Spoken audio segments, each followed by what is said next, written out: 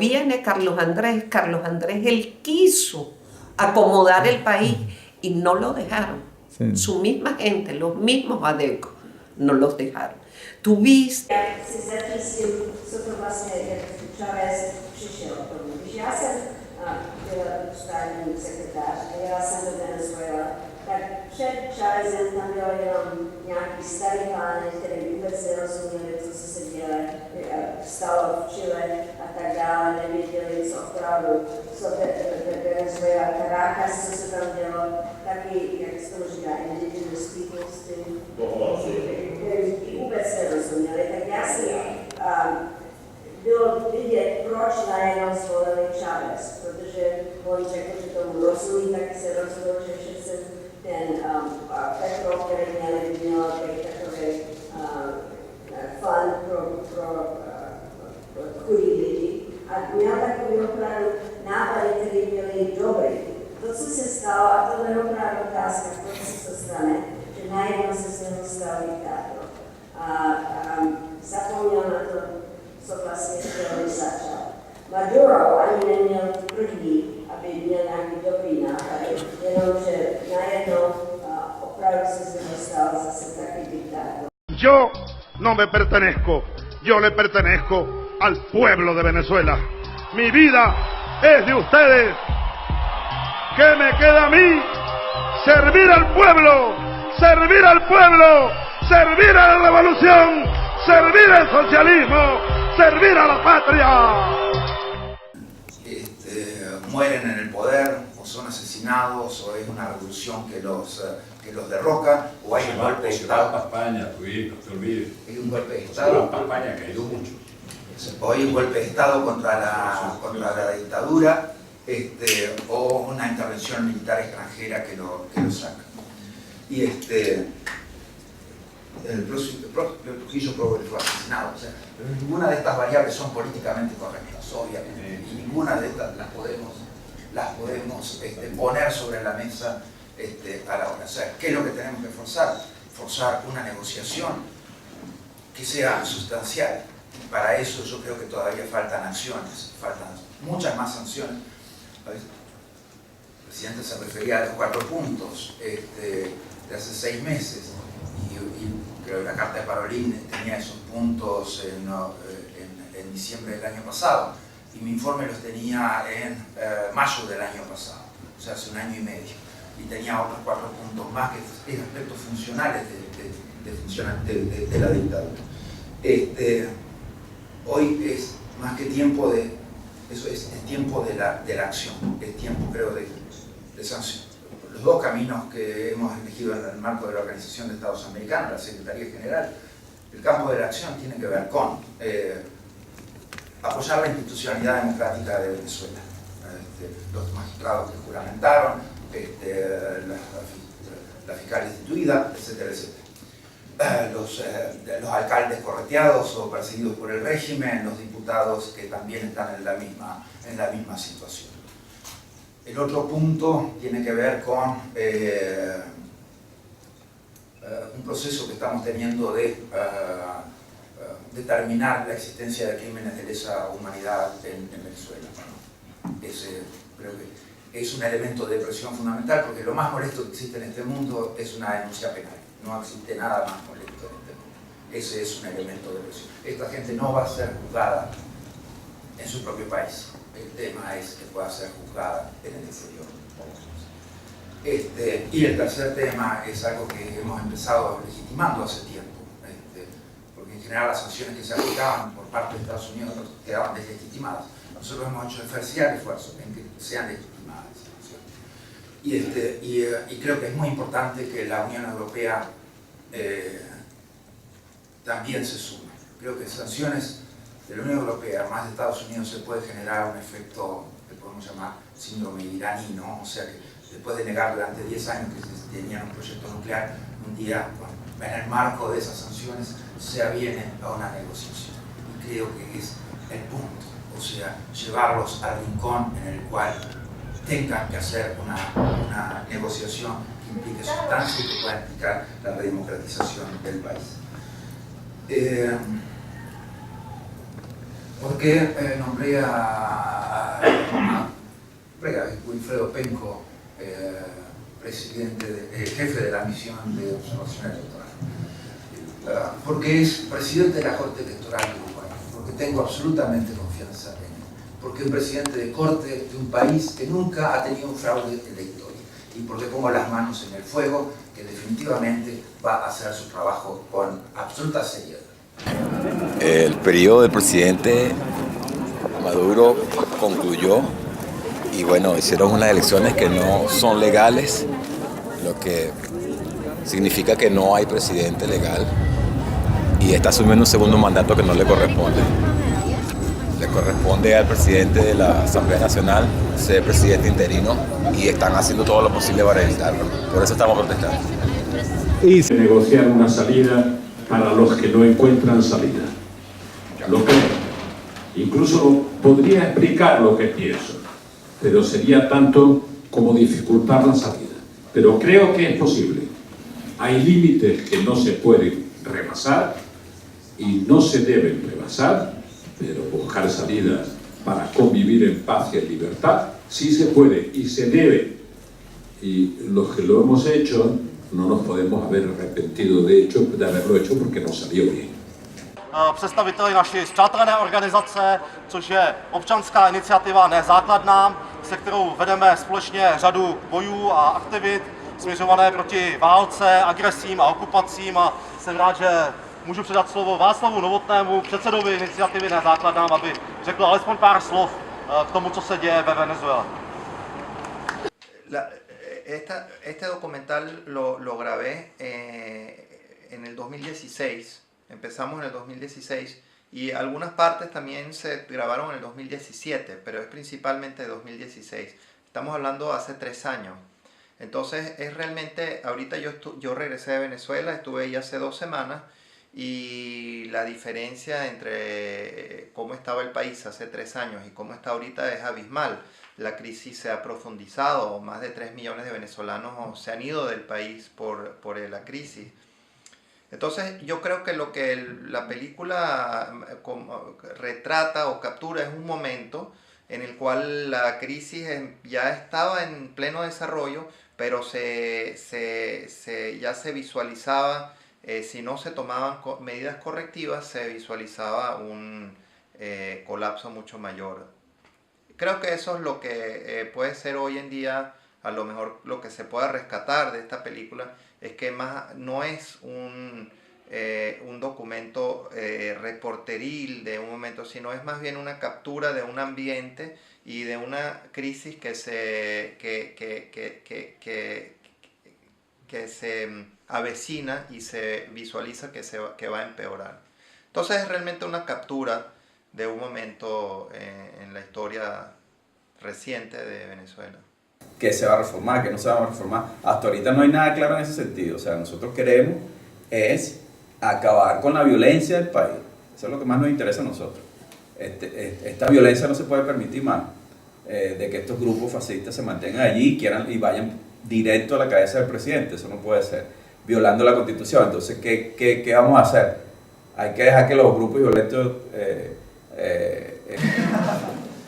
hablar de la situación de los derechos humanos en Venezuela, especialmente en el día de hoy, es algo... Venezuela y Cuba vamos a tratar como... Sí, bueno, debo primero aclarar que no me considero con la mayor propiedad o la mayor licencia para hablar de la situación de Cuba, aunque la conozco. Sí, o sea, puedo como brevemente comentarles porque, digamos, sí, durante los últimos años he participado en programas en los que he dado instrucción y facilitación a cubanos que son disidentes, artistas, ecologistas e intelectuales. Puedo dar fe de que, digamos, que la represión y el acercamiento de cualquier tipo de pensamiento crítico o pensamiento alternativo, no importa si es en cultura, en política o en arte, sigue siendo un problema que lo pagan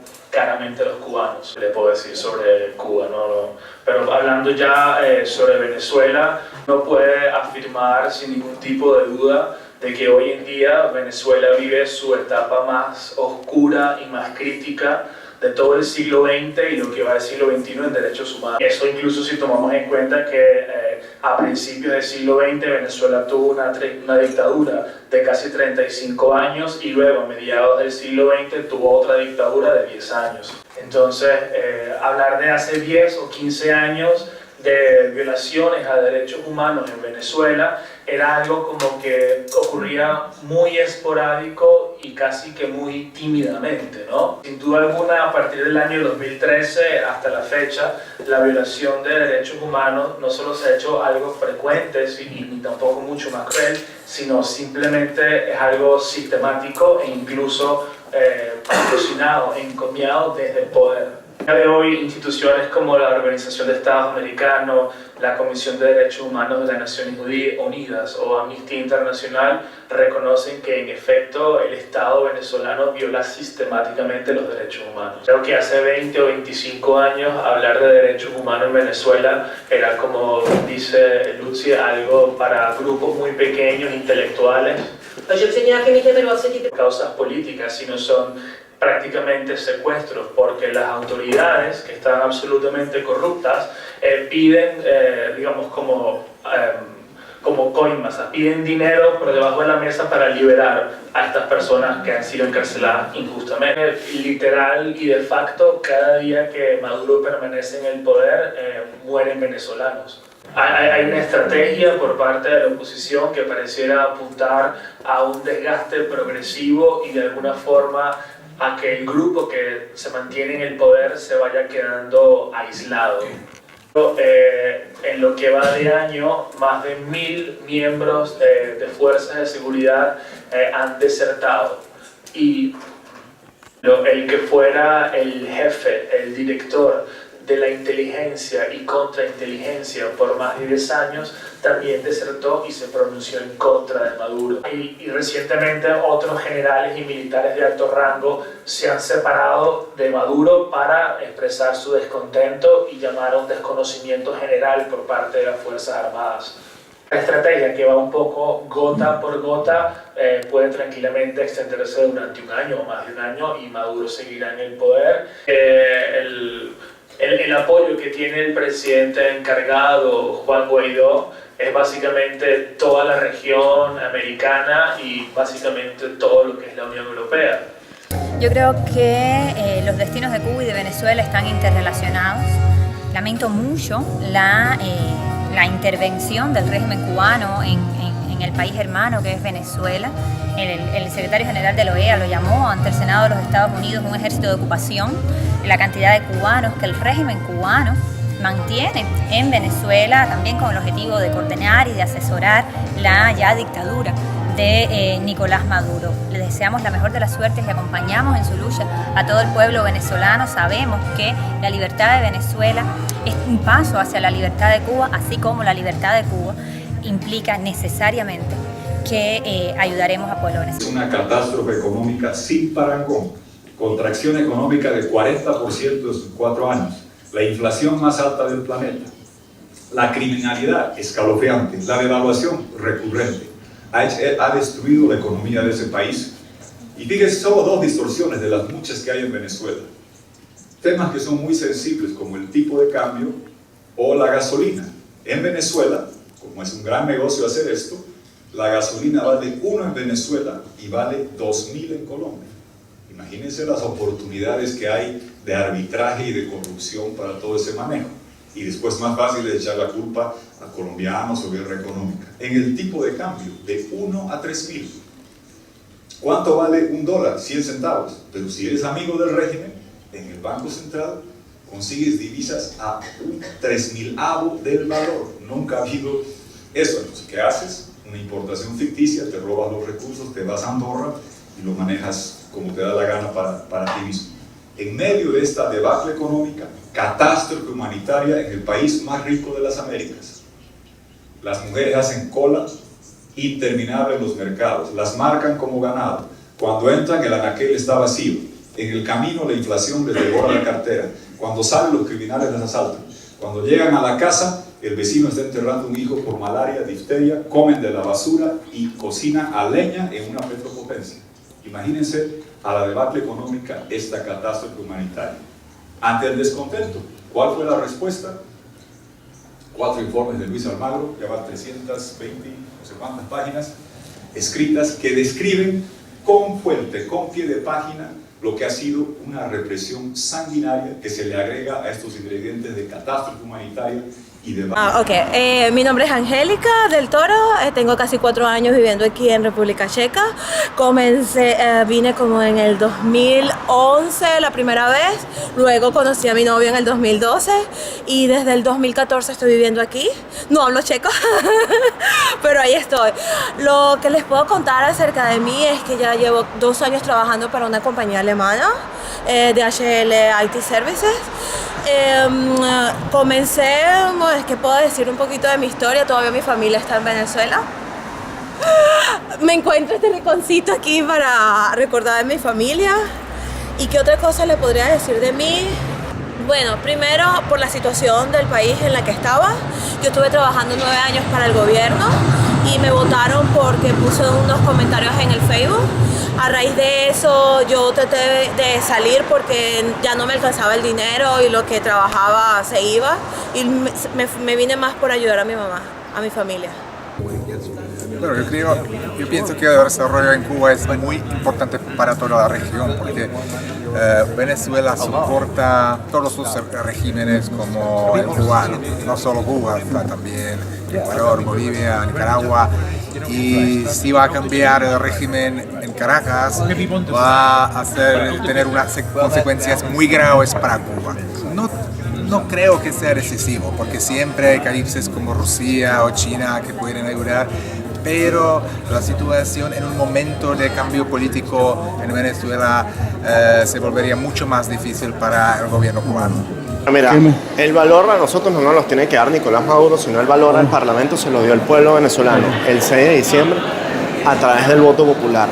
Mira, si Nicolás Maduro quiere seguir irrespetando la Constitución de Venezuela, quiere seguir atacando el corazón, las expresiones, las voluntades de los venezolanos, pues sencillamente va a ser revocado. Va a ser revocado porque es lo que quiere la inmensa mayoría de nuestro país.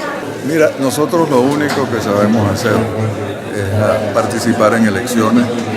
No tenemos experiencia bélica, no sabemos ni siquiera usar una pistola. Usamos la pluma y usamos la argumentación de los demócratas que buscan una concertación para que salgamos de todo esto juntos y pacíficamente, ¿no?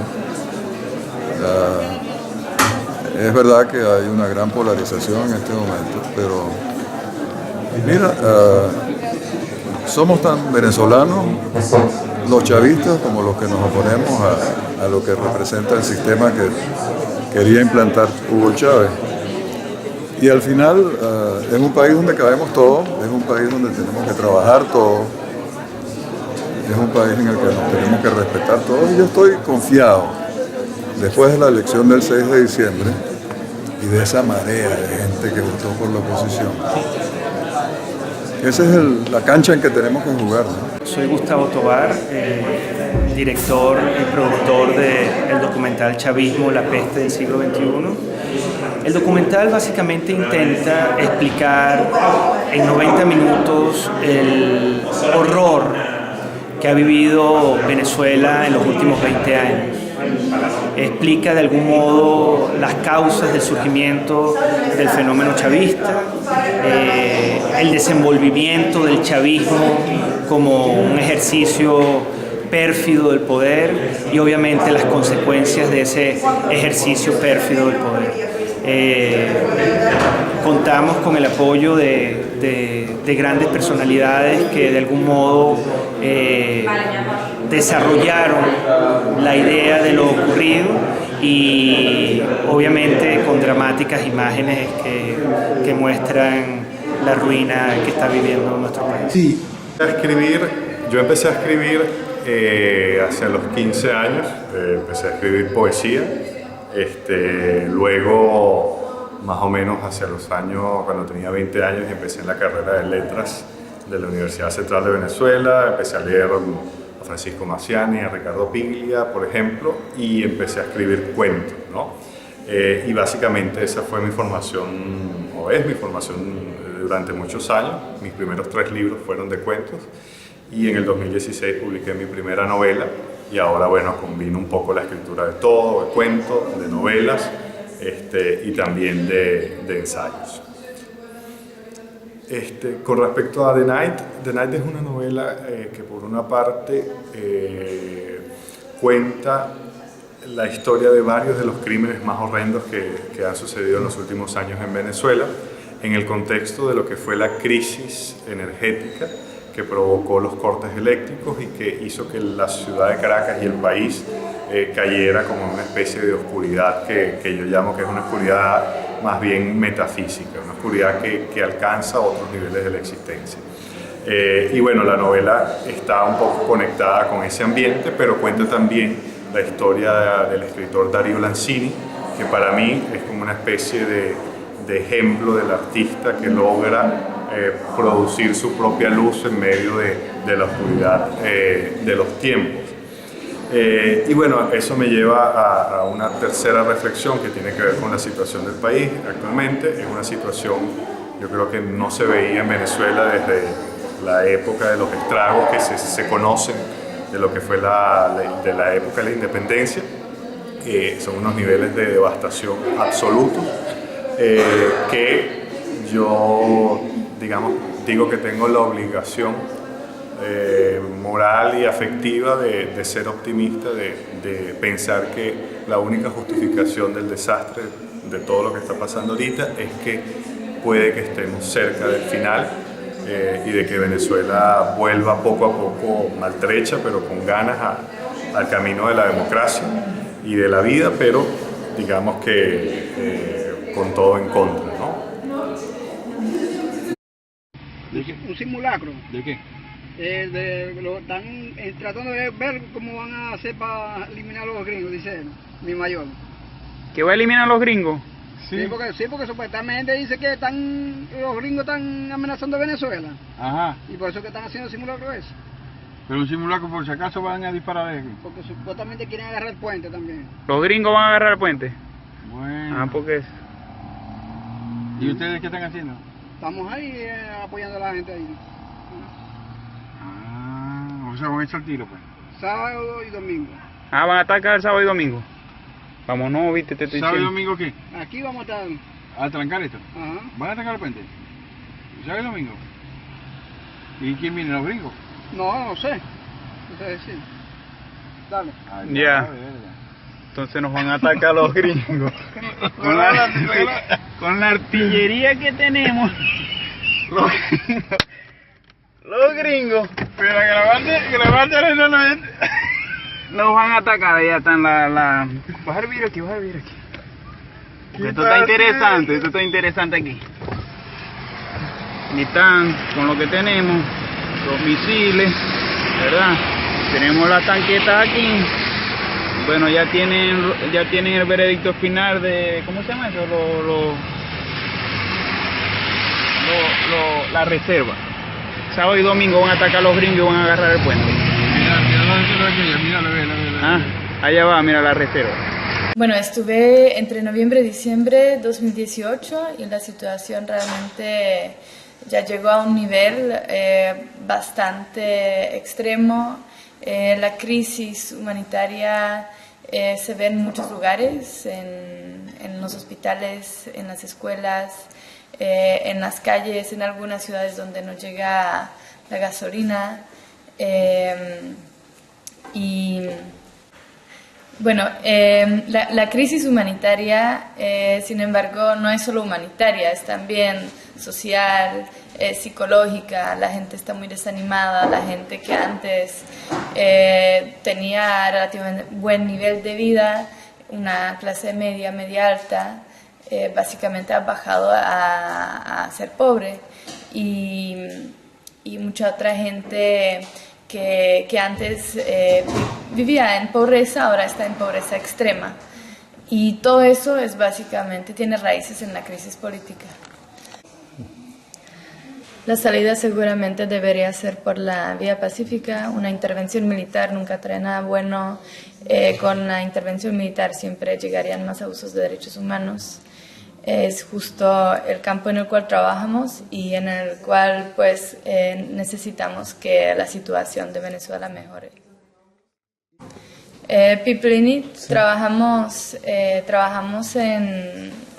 con la sociedad civil, defendiendo y promoviendo los derechos humanos en diversos campos. Puede ser desde libertad de expresión o derecho territorial de los pueblos indígenas o igualdad de género. Básicamente estamos tratando de apoyar la sociedad civil para que se fortalezca, para que esté lista en caso que llegue un cambio, para promover pues un cambio pro derechos humanos, pro democrático en Venezuela. Hemos estado en contacto con muchos grupos diversos, los que forman la sociedad civil en el sentido más amplio de la palabra. Sin embargo, no estamos trabajando directamente con partidos políticos porque somos una organización de derechos humanos y principalmente trabajaríamos entonces con organizaciones no gubernamentales que trabajan los temas de derechos humanos. La situación es muy compleja porque ciertamente el régimen de Maduro ha llevado al país a una situación de crisis tremenda y por supuesto que lo que todos esperamos es que la crisis se resuelva a través del diálogo, a través de la diplomacia y a través de la negociación. Yo quisiera agregar también de que Maduro y el madurismo debe estar consciente de que han tenido 20 años la oportunidad de dirigir los destinos del país y su tiempo histórico se les ha terminado y que tendrían que ceder el paso a una nueva generación de políticos que pueda cambiar este drama que se vive en Venezuela actualmente. Ojalá que entiendan de que ya el tiempo se les ha terminado. Gracias.